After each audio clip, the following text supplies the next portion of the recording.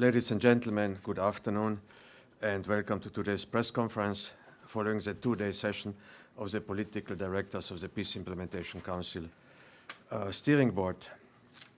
As per our usual practice, my deputy and I will brief you on the content of the discussion we had over the last 2 days and will answer questions that you may have.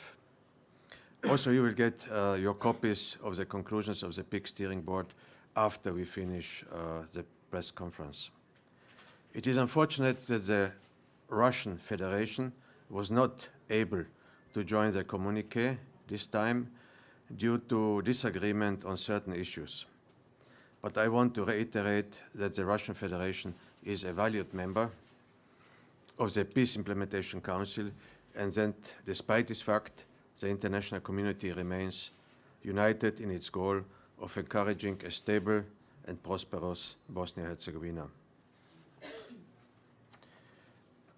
Maybe you will also remember that on the 6th of November there was a Security Council meeting in New York, and Russian Federation supported the resolution which was adopted, amongst others to extend EUFOR troops here and some other issues like support for OHR.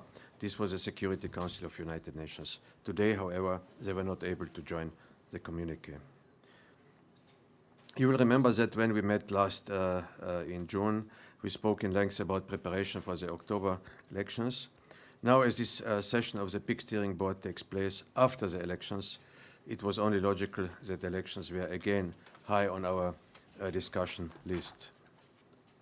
Regrettably, the context has not changed much. Our meeting in June took place in the midst of polarizing rhetoric and a focus on divisive issues before the elections. Now we are in a situation when both the results of the general elections and the positioning of political parties in the post-election period have in many ways further complicated the political scene, not contributing to an atmosphere conducive to smooth government formation or a fundamental change in approach to the country to bring the country back on track.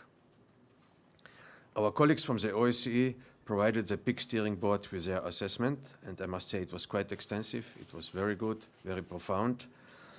And they also spoke about the conduct of the elections. Yeah. From what they told us, one conclusion is obvious. Bosnia-Herzegovina needs to make necessary improvements, urgent improvements in the election system, which will restore the public's trust in the transparency and integrity of the electoral process. Otherwise, participating in elections will be less and less meaningful. Of course, this will be possible only once authorities are formed. Formation of authorities is another topic we have discussed today. As we have seen in the past, having in mind the additional steps required for the formation of authorities at the federation and state levels, this process in Republika Srpska seems likely to be completed much faster, and I'm congratulating in this sense Republika Srpska. Of course, they have also simpler structures as in the federation. Unfortunately, the political parties have failed to reach an agreement to amend the electoral framework concerning the indirect elections of delegates to the Federation House of Peoples. Without an agreed formula for electing the delegates to the Federation House of People, the formation of authorities in the Federation will be hindered, but based on previous practice, the formation of the Council of Ministers might also be delayed due to the difficulties to form the BiH House of Peoples. As you follow the political developments in the country on a daily basis, you are aware that this issue has continued to spark divisive rhetoric even after elections. Numerous problems may arise from delays in the formation of the Federation and state authorities, including the suspension of budget payments, which would affect not only the institutions, but all segments of the society. All this accentuates the urgency of overcoming the current deadlock.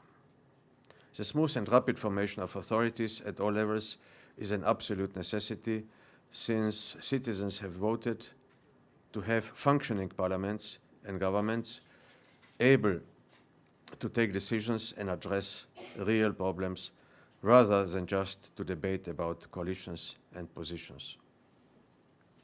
In this vein, the Peace Implementation Council identified a few areas of priority for the new authorities. These are outlined in the communique, which you will receive later, and they include completing work on the EU questionnaire, strengthening the rule of law, this was a central topic, and the fight against corruption as well, and delivering on concrete socio-economic reforms, strengthening the business environment, and improving public services. I will stop here and allow my Principal Deputy, Dennis Hearne, to brief you on some additional aspects of our meeting. Dennis, you have the floor. Thank you. Thank you, High Representative, and a warm welcome to all of you from me too. Dobrodošli. As the High Representative has said, one focus of our discussion was on the implementation of election results.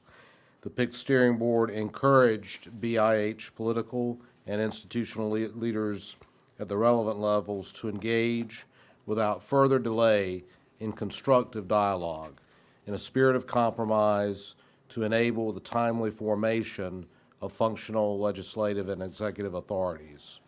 Also, the PIC Steering Board called upon them to refrain from blocking or obstructing implementation of election results.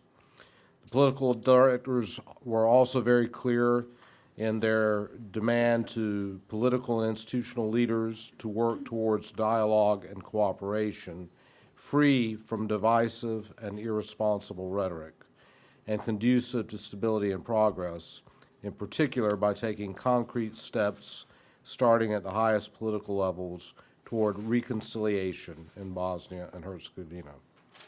Once authorities are formed, there is also the issue of unimplemented decisions of courts. In this regard, the political directors highlighted the urgent need to implement the Sejdić-Finci and related decisions of the ECHR, and to finally resolve the impasse related to the electoral system in Mostar, where citizens have been unable to elect their local representatives for over a decade. On the second day of the meeting, today, the Peace Implementation Council's Steering Board political directors met officially with the 3 members of the newly inaugurated presidency. After greeting the members of the PIC, the chair of the presidency chose to leave the meeting. The meeting was held in the presence of the BIH flag, which is in line with the relevant provisions on the law of the flag. Also, in part of the meeting today was dedicated to an open discussion among our political directors about the anticipated challenges in the period ahead of us. And while sometimes we have different opinions and different perspectives, we also have common goals of working for BIH.